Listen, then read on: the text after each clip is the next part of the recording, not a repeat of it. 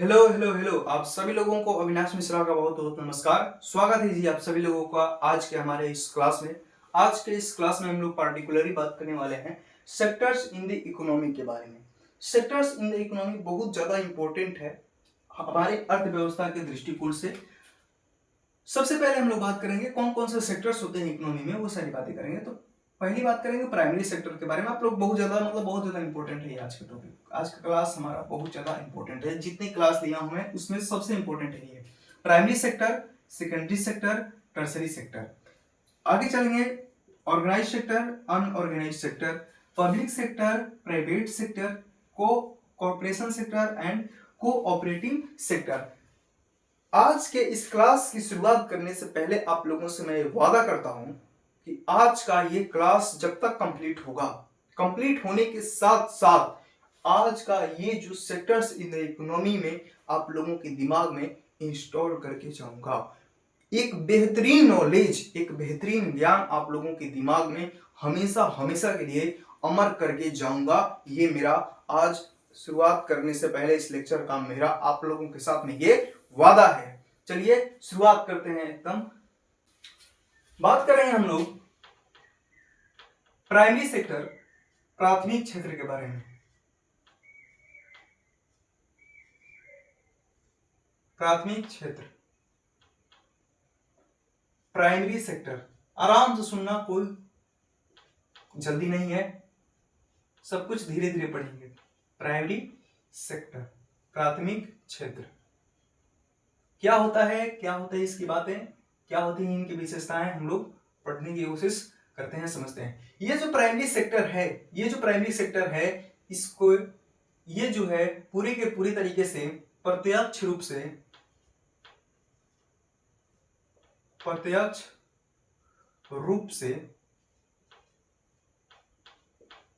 कृषि, प्रत्यक्ष रूप से भूमि एवं, भूमि बोले तो लैंड, जमीन, भूमि एवं भूमि से संबंधित, भूमि संबंधित क्रियाकलापों पे आधारित होता है। क्रियाकलापों पर आधारित होता है, आधारित होता है।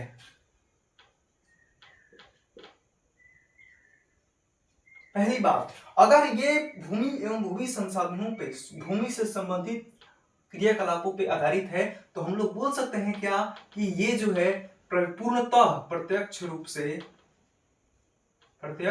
से प्राकृतिक संसाधनों पे निर्भर है। क्या बोल सकता हूं मैं इस बात को? क्यों? क्योंकि भूमि एवं भूमि से संबंधित जितनी भी चीजें क्या है, प्राकृतिक संसाधन है, प्राकृतिक संसाधनों पे निर्भर है। प्राकृतिक संसाधन प्रत्यक्ष रूप से प्राकृतिक संसाधनों पर निर्भर है। बात करते हैं हम भूमि, भूमि और भूमि से संबंधित, भूमि से संबंधित क्या क्या हो सकता है। भूमि पर हम लोग क्या क्या कर सकते हैं, कृषि, भूमि पर हम लोग क्या कर सकते हैं, कृषि, एग्रीकल्चर कर सकते हैं हम लोग, एग्रीकल्चर। उसके बाद में क्या कर सकते हैं हम, पशुपालन कर सकते हैं सर, ये भी तो भूमि से जुड़ा हुआ है, पशुपालन, लिव स्टॉक्स। उसके बाद में क्या कर सकते हैं हम लोग, मत्स्य पालन कर सकते हैं सर, मत्स्य पालन, फिशरीज,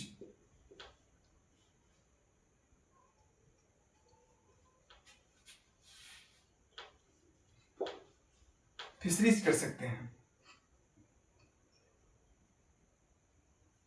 ये सारी चीज होगा। और क्या कर सकते हैं यहाँ पर हम लोग, भूमि से संबंधित, ये तो सब तो चीज हो गई भूमि से संबंधित, भूमि पर कैसे ये सब क्षेत्र हो गए। उसके बाद में भी हम लोग करते हैं दो चीजें, एक करते हैं खनन, दूसरा चीज होता है उत्खनन। कितने स्टूडेंट्स हैं जिनको खनन और उत्खनन में अंतर पता है? एक को बोलते हैं माइनिंग, दूसरे को बोलते हैं क्वायरिंग। क्या होता है दोनों में अंतर? खनन मतलब किसी चीज को जमीन खोद करके बाहर निकालना, उसको बोलते हैं खनन। जमीन खोद करके हम कोयला बाहर निकालते हैं, उसको हम लोग बोलते हैं खनन। कोयला, हीरा, ये सारी चीजों को हम लोग बाहर निकालते हैं। उत्खनन मतलब जमीन पर चीजें पसरी हुई हैं उनको बटोर लेना, जमीन की सतह पर से चीजों को बटोर लेना। जैसे नमक को बटोरते हैं उसको हम लोग बोलते हैं, जैसे बालू को बटोरते हैं, इसे बालू को, उसको बोलते हैं उत्खनन। तो क्या आप लोगों को खनन और उत्खनन का अंतर पता चला? खनन मतलब जमीन के अंदर खोद करके किसी चीज को बाहर निकालना, उसको बोलते हैं खनन। उत्खनन मतलब जमीन की सतह पर जो चीज है उसको बटोर लेना, उसको बोलते हैं उत्खनन। बालू का खनन होता है, कोयले का, हीरे का क्या होता है? खनन होता है। तो माइनिंग और क्वाइनिंग जो है वो किस सेक्टर से आते हैं? प्राइमरी सेक्टर से। कृषि किस सेक्टर में आता है? तो प्राथमिक क्षेत्र में आता है। पशुपालन और मत्स्य पालन किसमें? प्राथमिक क्षेत्र में। जो भी चीजें भूमि से प्रत्यक्ष रूप से जुड़ी हुई हैं उनको हम लोग बोलते हैं प्राइमरी सेक्टर।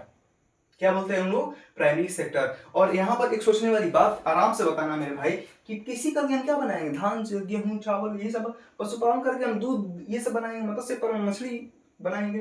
खनन, ये सब, कोयला, ये सब। इन सब से हम लोग क्या बनाते हैं? प्राइमरी सेक्टर से हम लोग क्या प्रोड्यूस करते हैं?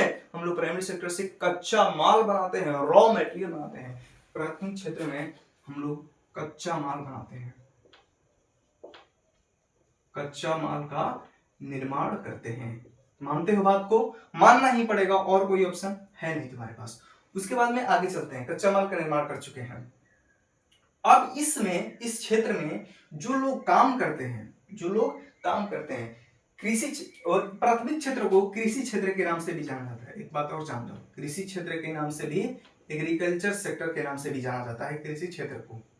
और इस प्राथमिक क्षेत्र में जो लोग काम करते हैं उनको रेड कॉलर वर्कर्स कहते हैं। रेड कॉलर वर्कर बोलते हैं, रेड कॉलर वर्कर बोलते हैं। मैं अगर प्राथमिक क्षेत्र का एक काम करने वाला आदमी हूं, प्राथमिक क्षेत्र में अगर मैं आ रहा हूं, जैसे मैं किसान हूं, तो किसान क्या होगा? रेड कॉलर वर्कर होगा। एक पशुपालन करने वाला जो है वो एक रेड कॉलर होगा।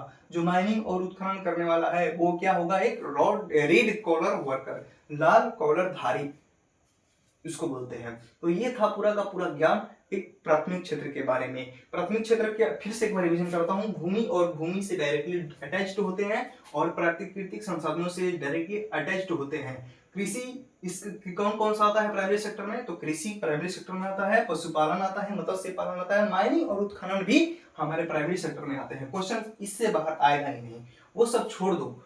इस सब में ये सब छोड़ दो, इसमें आएगा ये क्वेश्चन आएगा, ये आएगा और ये आएगा, और क्वेश्चंस इधर से आएंगे। ये दो बातें मैं अपने हिसाब से बताया हूँ। क्वेश्चन क्या आएगा कि कृषि किस क्षेत्र से संबंधित है? पशुपालन और मत्स्य पालन ये सब किस क्षेत्र से संबंधित है? कच्चा माल मुख्य उद्देश्य क्या होता है प्राथमिक क्षेत्र का? कच्चा माल। कृषि क्षेत्र किसको बोलते हैं? प्राथमिक क्षेत्र को। ये था पूरा का पूरा ज्ञान इसके बारे में, प्राथमिक क्षेत्र के बारे में। अब चलते हैं हम लोग सेकेंडरी क्षेत्र के बारे में। द्वितीयक क्षेत्र,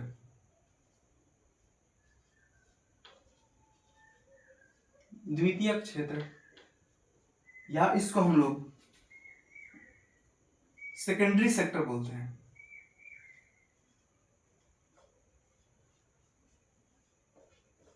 सेकेंडरी सेक्टर के नाम से भी जाना जाता है।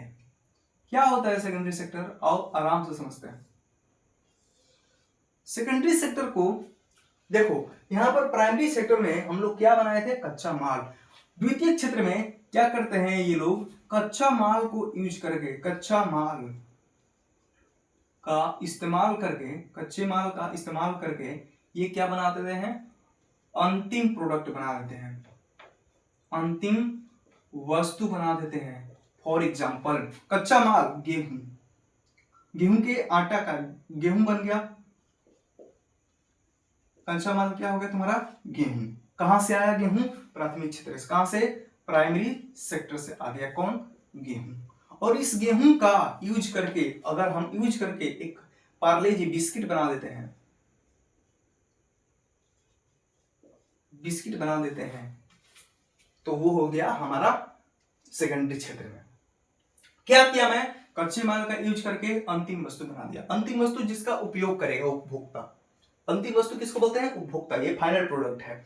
तो ये बिस्किट जो है फाइनल प्रोडक्ट है। इसका कच्चा माल क्या था? गेहूं। गेहूं कहां से आया? प्राइमरी सेक्टर से। प्राइमरी सेक्टर में कच्चे माल का, सेकेंडरी सेक्टर में क्या होता है? कच्चे माल का यूज करके अंतिम वस्तु में उसको परिवर्तित कर देता है, इसको बोलते हैं सेकेंडरी सेक्टर।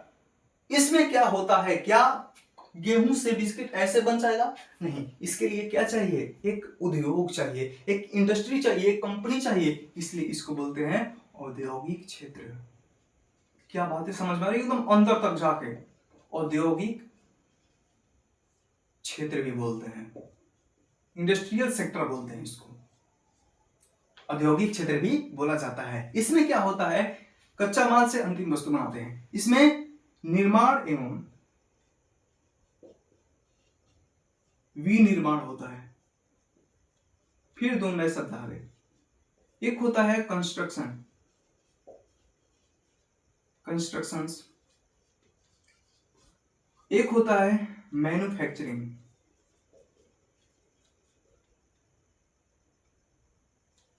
मैन्युफैक्चरिंग। क्या होता है अंतर दोनों में? आराम से समझना। निर्माण मतलब इस घर का निर्माण हुआ है, इस पुल का निर्माण हुआ है, उस तालाब का निर्माण हुआ है। निर्माण मतलब ये चीज होता है, कंस्ट्रक्ट किया गया चीजों को। मैन्युफैक्चरिंग मतलब इस मार्कर का मैन्युफैक्चरिंग हुआ है, इस बोतल का मैन्युफैक्चरिंग हुआ, इस मोबाइल का मैन्युफैक्चरिंग, मतलब ऐसा चीज जिसको एक कंपनी में एक उद्योग बैठा करके एक मशीन के द्वारा बनाया गया हो, उसको बोलते हैं हम लोग मैन्युफैक्चरिंग।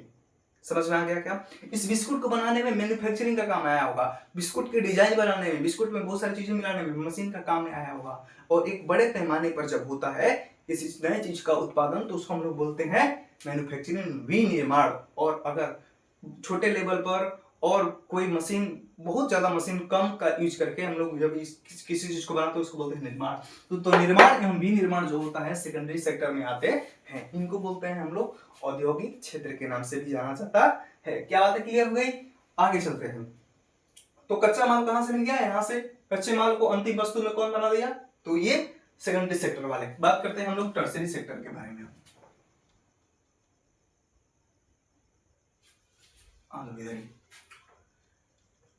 तृतीयक क्षेत्र,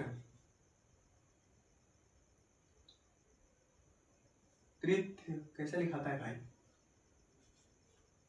तृतीयक,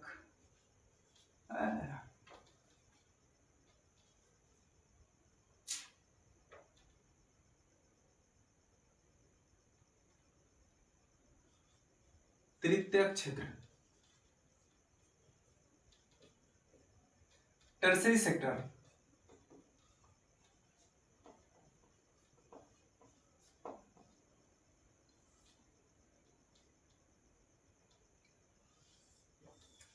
तृतीय क्षेत्र, टर्सरी सेक्टर। इस क्षेत्र को हम लोग सेवा क्षेत्र के नाम से जानते हैं, सर्विस सेक्टर के नाम से भी जाना जाता है। सर्विस सेक्टर या सेवा क्षेत्र के नाम से जानते हैं किसको?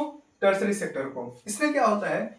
सेवाएं दिया जाता है, वस्तुओं एवं सेवाओं का उत्पादन होता है, किसका? सर्विसेज का प्रोडक्शन होता है। सेवा जैसे कि एक होटल मैं खोल दिया और मैं लोगों को खाना खिला रहा हूँ, रेस्टोरेंट में खोल दिया, लोगों को खाना खिला रहा हूँ, उसका पेट भर रहा हूँ, तो मैं एक सेवा दे रहा हूँ। अगर मैं टीचिंग कर रहा हूँ तो ये मैं बच्चों को पढ़ा रहा हूँ, तो ये मेरा एक सेवा, मेरे द्वारा दिया जाने वाला एक सेवा है। अगर मैं कहीं, मान लीजिए कि कहीं एडमिनिस्ट्रेशन में हूँ, पब्लिक एडमिनिस्ट्रेशन में हूँ, IAS IPS हूँ, तो पब्लिक एडमिनिस्ट्रेशन वाले लोग भी क्या देते हैं? लोगों को सेवा। कोई पुलिस है तो क्या देगा? लोगों को सेवा देगा। कोई MLA MPs है, ये सारी भी चीजें सेवा देते हैं। CA है, डॉक्टर है, ये सारी चीजें भी लोगों को सेवा देते हैं। ये तो मैं बता दिया, ये जो है ये ब्लू कॉलर वर्कर होते हैं, ब्लू कॉलर वर्कर्स होते हैं, इसको बोलते हैं सेवा क्षेत्र। इसमें क्या एग्जांपल्स आते हैं? ये सारी चीजें। क्या समझ में आ गया? इसमें तृतीय क्षेत्र को दो भागों में बांटते हैं फर्दर। दो भागों में कौन कौन? एक होता है quaternary,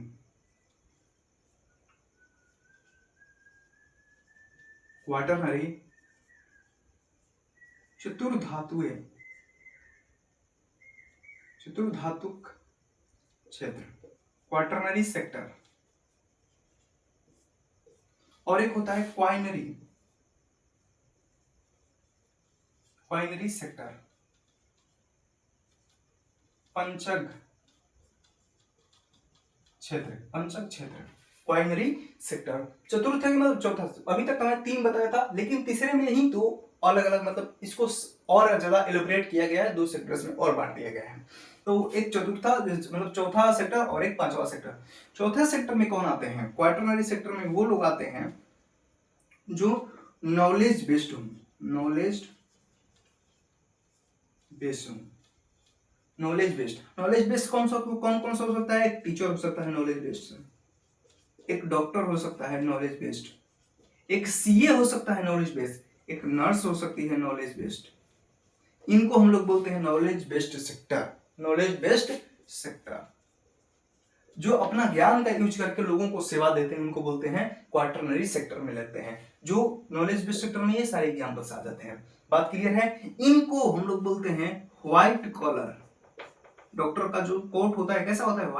white collar workers, white collar workers. Quinary sector में कौन आते हैं? जो उच्च लेवल पर, हाई लेवल पर डिसीजन मेकिंग पावर रखते हैं, हाई डिसीजन मेकिंग पावर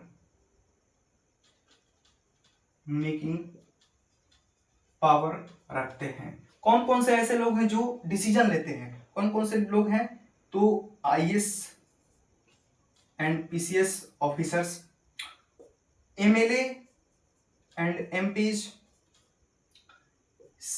और कौन कौन से हो सकते हैं? एमएलए एमपीज हो सकते हैं, high court and supreme court के जो जज होते हैं वो, और एमडी, किसी कंपनी के एमडी जो हैं, सीईओ हैं, वो जो लोग हैं वो किसी डिसीजन को लेते हैं।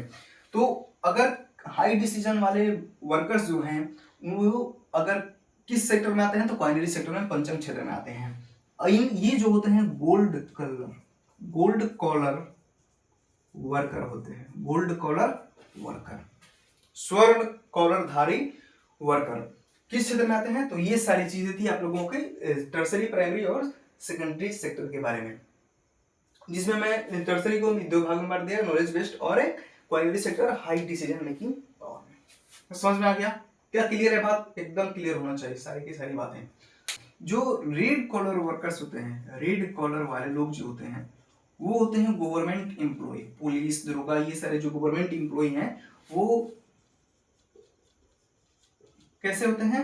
रेड कॉलरधारी जो वर्कर्स होते हैं उनको हम लोग बोलते हैं। उसके बाद में एक ब्राउन कलर वाले होते हैं, brown collar not colour workers, brown collar worker उनको बोलते हैं, हाँ, जो डिफेंस में होते हैं, जो सेना वाना में रहते हैं उनको हम लोग ब्राउन कॉलर वर्कर बोलते हैं। एक होते हैं pink colour worker, pink collar worker उनको बोलते हैं, खासकर ये लेडीज से संबंधित होता है, जैसे नर्स, वैसा काम जिसमें जो सिर्फ लेडीज के लिए हो, नर्स। ये सारी चीजें किस कलर में आते हैं? रेड कलर, ब्राउन कलर और पिंक कलर। ये थोड़ा सा आप लोग ध्यान रखिएगा। अब बात करते हैं कि जीडीपी में, एम्प्लॉयमेंट में, रोजगार में और ग्रोथ रेट में कौन से सेक्टर का कितना योगदान होता है। सबसे पहले बात करते हैं हम लोग जीडीपी में। जीडीपी में सबसे ज्यादा योगदान होता है, सबसे ज्यादा योगदान टर्सरी सेक्टर का होता है। जीडीपी के में टर्सरी सेक्टर वाले लोग बढ़ चढ़ के हिस्सा लेते हैं, उसके बाद में सेकेंडरी सेक्टर वाले बढ़ चढ़ के हिस्सा लेते हैं, और सबसे कम जो होता है वो प्राइमरी सेक्टर का होता है। सबसे ज्यादा जीडीपी में किसी का योगदान है तो टर्सरी सेक्टर का है, उसके बाद में दूसरे नंबर पे सेकेंडरी सेक्टर का, और प्रथम नंबर पे मतलब कि लास्ट नंबर पे होता है प्राइमरी सेक्टर का। सबसे कम जीडीपी में कौन योगदान देता है? तो प्राइमरी सेक्टर वाले, सबसे ज्यादा टर्सरी सेक्टर वाले। बात खत्म, आगे चलते हैं। जीडीपी में योगदान हो गया। अब बात करते हैं हम लोग ग्रोथ रेट। मतलब कौन देश को बढ़ाने में भूमिका अदा करता है? ग्रोथ रेट भी सेम, सबसे ज्यादा ग्रोथ रेट योगदान देते हैं टर्सरी सेक्टर वाले, उसके बाद में सेकेंडरी सेक्टर वाले, सबसे कम प्राइमरी सेक्टर वाले। हम बात करते हैं रोजगार किसमें सबसे ज्यादा है और किसमें कम है। रोजगार सबसे ज्यादा रोजगार कम है हमारे सेकेंडरी सेक्टर में, सबसे कम, सबसे ज्यादा रोजगार जो है वो प्राइमरी सेक्टर में, सबसे ज्यादा जो रोजगार दिया है प्राइमरी सेक्टर दिया है। कृषि में, इन सारे कामों में, हर सब काम में बहुत सारे लोग खटते हैं, काम करते हैं। प्राइमरी सेक्टर में सबसे ज्यादा रोजगार, उसके बाद में सेकेंडरी सेक्टर में रोजगार, और सबसे कम रोजगार, सॉरी, सबसे ज्यादा प्राइमरी सेक्टर में रोजगार है, उसके बाद में टर्सरी सेक्टर में रोजगार है, और सबसे कम हमारे सेकेंडरी सेक्टर में रोजगार देखने को मिलते समझते हैं। ये था पूरा का पूरा आप लोगों का primary sector, secondary sector and tertiary sector के बारे में। टर्सरी सेक्टर में क्वाटरनरी एंड क्वाइनरी सेक्टर के बारे में और योगदान के बारे में। इससे बाहर अगर कोई भी क्वेश्चन आ जाए तो बोलना भाई, सब कुछ पढ़ा दिया एक स्लाइड में, एक बोर्ड में। कितना समझ में आया है आप लोग? कोई भी अगर डाउट हो, कोई भी अगर ज्यादा जानते हो आप लोग, तो एक बार कमेंट में लिखना उस चीज को। अगर क्लियर है तो क्लियर लिखना। चलिए आगे चलते हैं हम लोग इसको इरेज करके, तो अगले सेक्शन की तरफ बढ़ते हैं। और इस सेक्शन में हम लोग बात करेंगे ऑर्गेनाइज्ड एंड अनऑर्गेनाइज्ड सेक्टर के बारे में, संगठित और गैर संगठित क्षेत्र के बारे में। एक तुलनात्मक अध्ययन करते हैं दोनों के बारे में। आराम से सुनना मेरे भाई। इस तरफ लिखता हूं मैं संगठित क्षेत्र, संगठित क्षेत्र, ऑर्गेनाइज्ड सेक्टर, और एक तरफ लिखता हूं मैं असंगठित क्षेत्र, असंगठित क्षेत्र, अनऑर्गेनाइज्ड सेक्टर, अनऑर्गेनाइज्ड सेक्टर। दोनों के बारे में हम लोग तुलनात्मक अध्ययन करने जा रहे हैं। सबसे पहली बात, किसको बोलते हैं ऑर्गेनाइज्ड और किसको बोलते हैं अनऑर्गेनाइज्ड? इसके लिए एक हमारा संस्थान है ESI। क्या होता है ये ESI? इंप्लॉय में इंप्लॉय स्टेट इंश्योरेंस एक्ट 1948 के अनुसार, मतलब कि ESI एक्ट 1948 के अनुसार डेफिनेशन बनाया गया है कि अगर किसी सेक्टर में, अगर किसी मतलब काम धंधे में 10 से ज्यादा लोग, 10 से इधर थोड़ा सा देखिए, 10 से ज्यादा लोग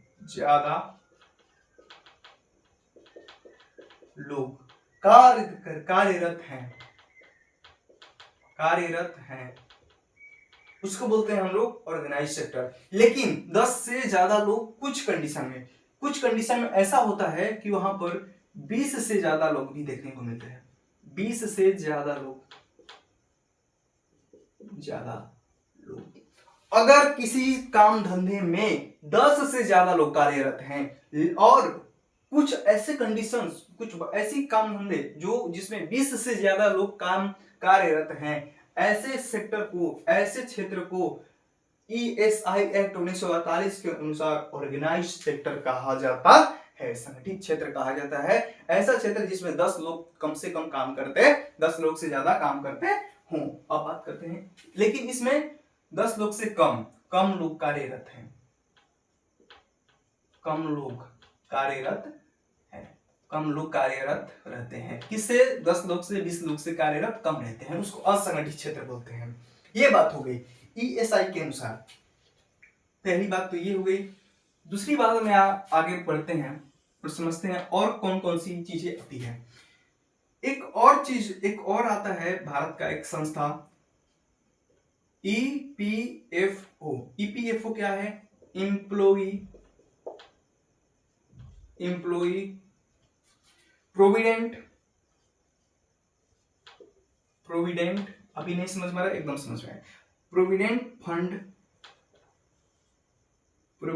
फंड ऑर्गेनाइजेशन के अनुसार EPFO क्या है? यहाँ पर PF नजर आ रहा है, PF पीएफ क्या होता है भाई? अगर कोई काम कर रहा है किसी, मैं अगर हूं, अगर किसी नौकरी में, सरकारी नौकरी में, तो मेरे सरकार जो है मेरे सैलरी में से कुछ रकम, कुछ जो अमाउंट है वो बाहर निकाल लेगी, अपने पास रखेगी। मेरे सैलरी से कुछ अमाउंट अपने पास रखेगी और अपने कुछ अमाउंट, उसका मतलब कुछ अमाउंट जोड़ेगी उसमें। मेरे जो अमाउंट में निकाला गया है उस अमाउंट में अपने तरफ से कुछ ऐड करके जब मैं रिटायर होऊंगा तब वो पूरे के पूरे मुझे दे देगी। इसको बोलते हैं पीएफ। क्या बोलते हैं? Provident fund. और किसका? एम्प्लॉय प्रोविडेंट फंड ऑर्गेनाइजेशन के अनुसार क्या बोला है कि पीएफओ क्या बोलता है? अगर कोई कंपनी है और वो विथ पावर है, मतलब कि बिजली के साथ में चलती है, अगर कोई कंपनी है जो विदाउट पावर है, जो बिजली के बिना चलती है, विदाउट पावर, अगर किसी कंपनी में विथ पावर मतलब बिजली के साथ चलता है, अगर उसमें कम से कम 10 लोग कार्यरत होने चाहिए, 10 लोग से ज्यादा लोग कार्यरत होने चाहिए। और किसी काम धंधे में अगर बिजली का यूज नहीं हो रहा है तो उसमें कम से कम 20 लोग से ज्यादा कार्यरत होने चाहिए। और अगर किसी सेक्टर में ये काम नहीं हो रहा है तो उसको बोलते हैं अनऑर्गेनाइज्ड सेक्टर। ये था इसका ऑफिशियल मीनिंग, फॉर्मल मीनिंग। अब बात करते हैं किसी, अगर मैं पूछूं नॉर्मल आदमी से कि बताइए कि ऑर्गेनाइज सेक्टर और अनऑर्गेनाइज सेक्टर क्या, किसको बोलते हैं, तो वो कहेगा कि जिसमें नौकरी की जॉब सिक्योरिटी हो। इसमें जॉब की सिक्योरिटी क्या होती है? इसमें नहीं होती। मेरी नौकरी बनी रहेगी उसमें संगठित क्षेत्र में, असंगठित क्षेत्र में नहीं बनी रहेगी। और इसमें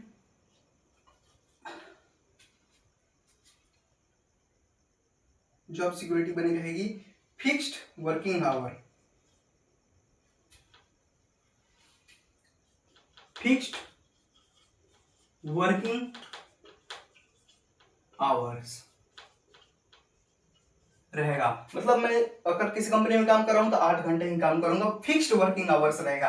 लेकिन इसमें कोई फिक्स्ड नहीं रहेगा। और इसमें एक फिक्स्ड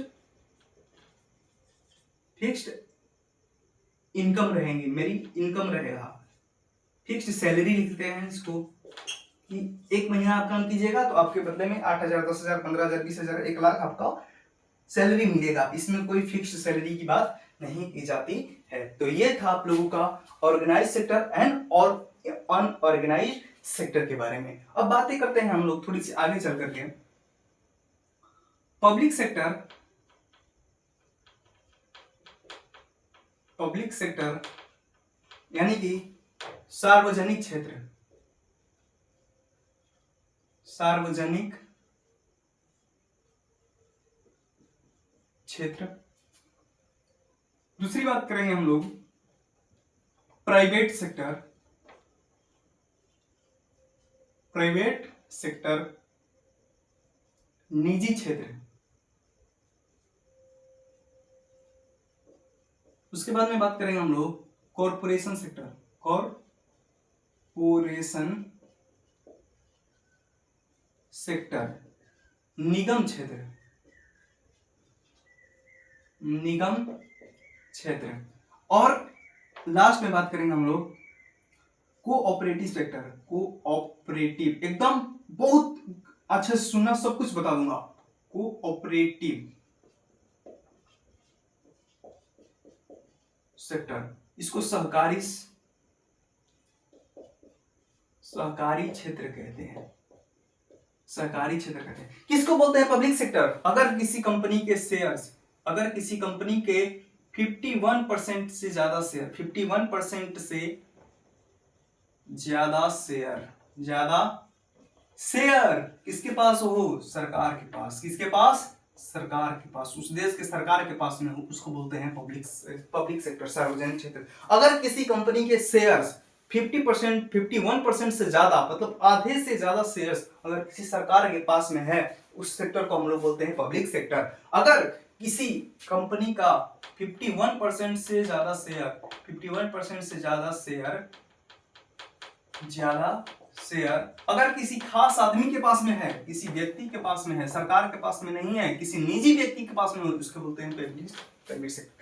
अगर किसी कंपनी है, टाटा ग्रुप का कंपनी लेते हैं, टाटा ग्रुप का जो कंपनी है वो प्राइवेट सेक्टर में आता है, निजी क्षेत्र में। उस टाटा ग्रुप के सेक्टर का 51% जो शेयर होगा वो सरकार के पास होगा कि टाटा वाले जो मालिक है उसके पास में होगा। तो टाटा वाले मालिक किसी व्यक्ति के पास में होगा, सरकार के पास में 51% से ज्यादा शेयर नहीं होगा। 51% से ज्यादा शेयर अगर सरकार के पास में हो जाएगा तो वो पब्लिक सेक्टर, और 51% से ज्यादा शेयर अगर किसी एक व्यक्ति के पास में हो गया तो उसको बोलते हैं प्राइवेट सेक्टर। बात करते हैं कॉर्पोरेशन सेक्टर। अगर पूरा का पूरा 100% शेयर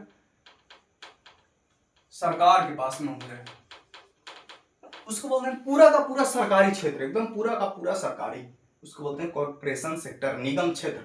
ठीक है, अब आगे चलते हैं कोऑपरेटिव सेक्टर। यहां पर समझने की बात है, कोऑपरेटिव मतलब बोलते हैं साथ मिलजुल कर काम करना, सहकारी, सहकारी, सह मतलब साथ मिलकर, कार्य मतलब कार्य करना, साथ में मिलजुल कर काम करना। मैं क्या हूं, एक अमूल कंपनी का यहां पर मैं एग्जांपल दूंगा, अमूल दूध। अमूल दूध क्या होता है कि कुछ किसान होते हैं, कुछ किसान क्या करते हैं कि दूध का उत्पादन करते हैं, दूध का उत्पादन करके एक जगह इकट्ठा करते हैं और उसको बेच जाते हैं मार्केट में, दूध को पूरे के पूरे मार्केट में सप्लाई करते हैं। तो ये हो गया साथ में मिलजुल करके दूध का उत्पादन किए। तो साथ में मिलजुल कर काम कर रहा है, तुम भी साथ ही साथ हाथ बढ़ाना, तो वो वाला काम है। तो साथ मिलजुल कर काम किया जा रहा है तो उसको बोलते हैं कोऑपरेटिव सेक्टर, साथ में मिलजुल कर काम करना, साथ में मिलजुल कर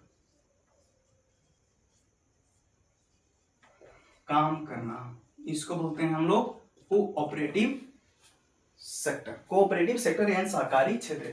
तो ये था आप लोगों का सब कुछ मतलब सब कुछ भाई, संगठित क्षेत्र, असंगठित क्षेत्र, सार्वजनिक क्षेत्र, निजी क्षेत्र, निगम क्षेत्र, सरकारी क्षेत्र, सब कुछ बारे में पढ़ा दिया। आई होप आप लोगों को ये वीडियो और ये लेक्चर और ये जो पढ़ाया हूँ सब कुछ समझ में आया होगा। अगर समझ में आया है तो एक बार कमेंट में लिखिए सब कुछ क्लियर है। तो आज के लिए इतना ही, मिलते हैं नेक्स्ट क्लास में। Thank you so much. Have a nice day and God bless you.